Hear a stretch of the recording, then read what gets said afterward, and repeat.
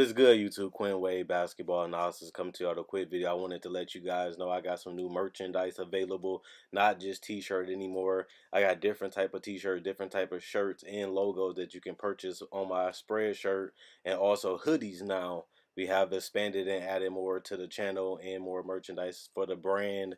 Thanks for supporting. It will be in the description and the links will be in the comment section below. Thanks for helping me and supporting the movement. Quinn Wade Basketball Analysis. I'm going. What is good, YouTube? Quinn Wade Basketball Analysis coming to y'all with another video. Today we're going to talk about the MVP. Who is the MVP right now? Who is the favorite? How much of a gap is it? Who's close? Who's runner-up? And who can steal it currently right now? Now, this is from October through December. This does not include January at all. But it has gave us a larger sample size of what the NBA is right now, what teams are dominant, and who can play. So as you guys know, I want to go from honorable mentions to the top 5 all the way to number 1. So let's get started. 7, Pascal Siakam. He was in my top 5, but the Toronto Raptors have come back to earth. This was a team that was number 2 in the East. They really have still played above expectations. What I will say is I had Toronto coming into the season as the third best team in the Eastern Conference, so I'm not really shocked that they have been this good. I'm not really shocked as how well Pascal Siakam has played because I feel like he was a max player. I feel like he was going to be one of the most improved players, and I feel like he was going to take a superstar leap, which he has this season. So I am not surprised Pascal Siakam has turned himself into an MVP candidate, especially when you're one of the top 7 teams in the league and you're the main reason why they're winning because you're a two-way player, you're rebounding, you're scoring, you're dominant, and you've been helping this team reach a level that some people slept on. But I've been awoke. I've been watching and I've been showing love to the Raptors since I've been doing this YouTube channel. They finally won them a title. They lost DeMar, they lost Kawhi Leonard, but they still relevant. They're still playing well, and now they have an all-star slash superstar and Pascal Siakam to lead them right now. I'd rather have Siakam than nothing.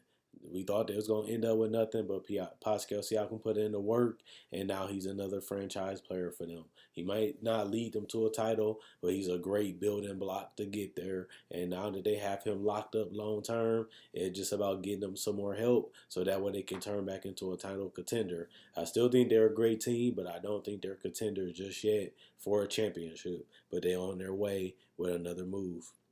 6, I say Celtics because you can make an argument Jaylen Brown is the best Celtic. You can make an argument Gordon Hayward is the best Celtic, even though he missed a lot of time, so I had to exclude him. Even Kemba, even Tatum. But I don't really know who the best Celtic on this team is right now. I watch every single game. Some nights it's Kemba, some nights it's Jaylen Brown, some nights it's Tatum, and even recently it's been Gordon Hayward again. So I don't know what Celtic has played better than the other.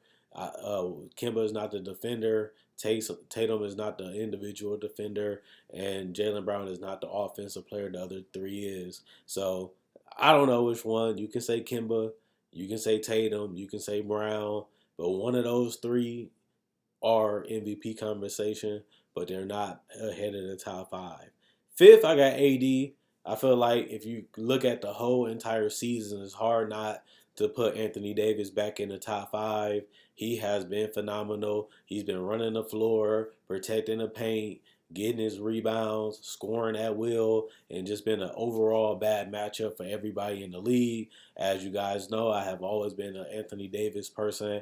I have always thought he was dominant. I always thought he was one of the top 7 players in the NBA. And now that he's winning and still putting up great numbers, and now he got his efficiency higher than he had in a regular in the beginning of the season, he's at 50% now. His three-point shot has failed, but I said his biggest weakness is consistency from 3.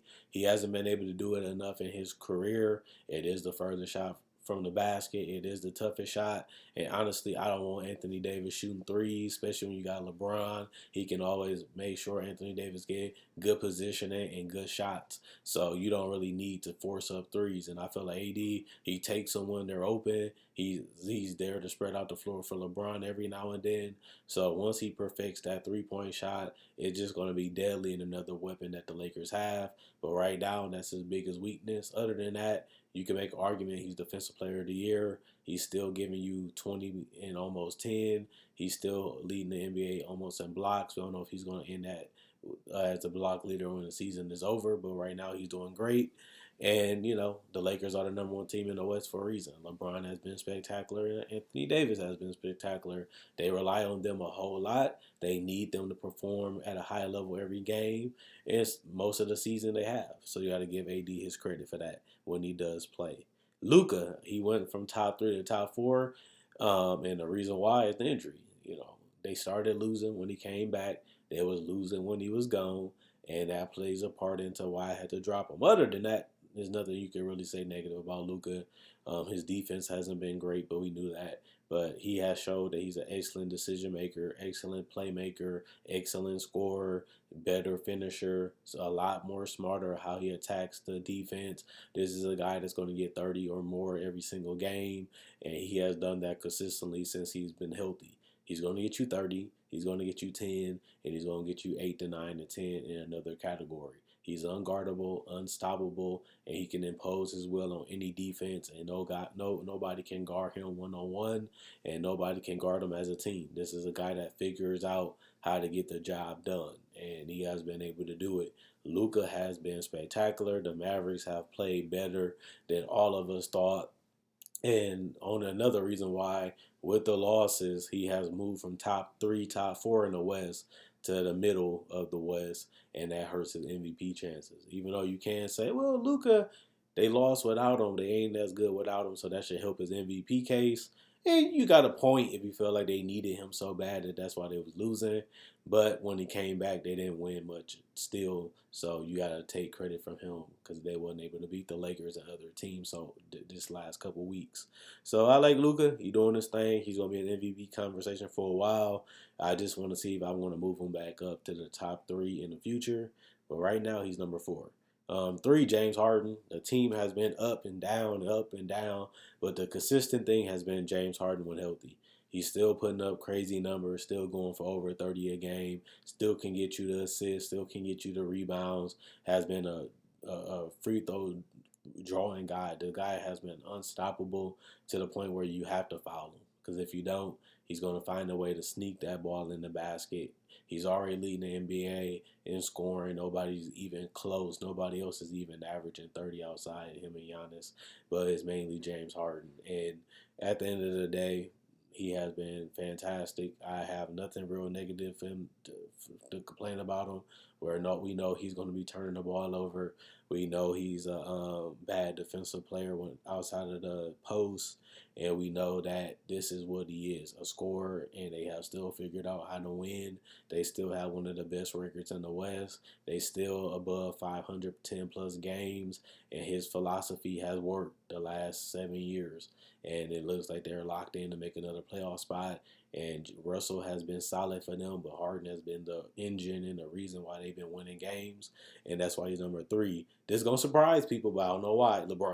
LeBron and the Lakers have held down the number 1 spot in the West for a month. They have went on losing streaks and they still held it down at number 1 because nobody can consistently win in the West like the Lakers have been able to do. His passing has been fantastic.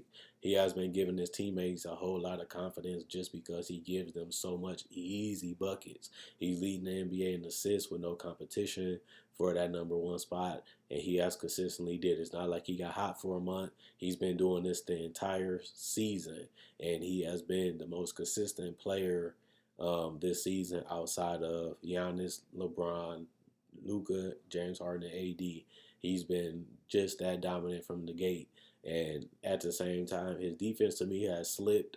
Some people not bringing that up, but it slipped a little bit. His efficiency is getting back to where it needs to be, and he has been able to take over games, close games, and just continue to keep his teammates involved at the same time. But LeBron is number 2 because Giannis Galloping Kupo is number 1.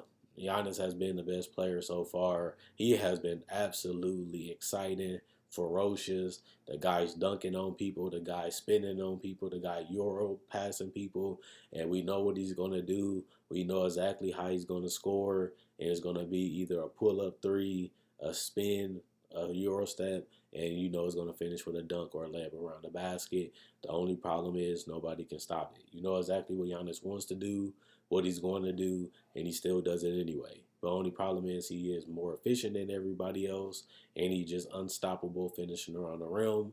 And that 3-point shot is starting to come. And the Bucks have been the number one team in the Western Conference, and he's been a huge reason for that on both sides of the court, blocking shots, rotating, contesting, getting out in transition, going out there obliterating anybody that tries to defend him outside of the Sixers. And that's probably the only bad game he had all season. He's just been that dominant, that consistent on both sides of the court, and he holds the number one record in the NBA. And you can make an argument that he has been the best player in the league so far this year, not just the MVP, probably just the best player in the league. And if that's the case, I don't see no reason why he shouldn't be the number one option for the MVP. Let me know who I slept on, who I missed. Did I overrate somebody? Did I underrate somebody? At the end of the day, Giannis so far is the MVP. Most people predicted that he will win it again, and it looks like reality as we watch him play today. At the end of the day, let me know what you guys think in the comment section below about my list.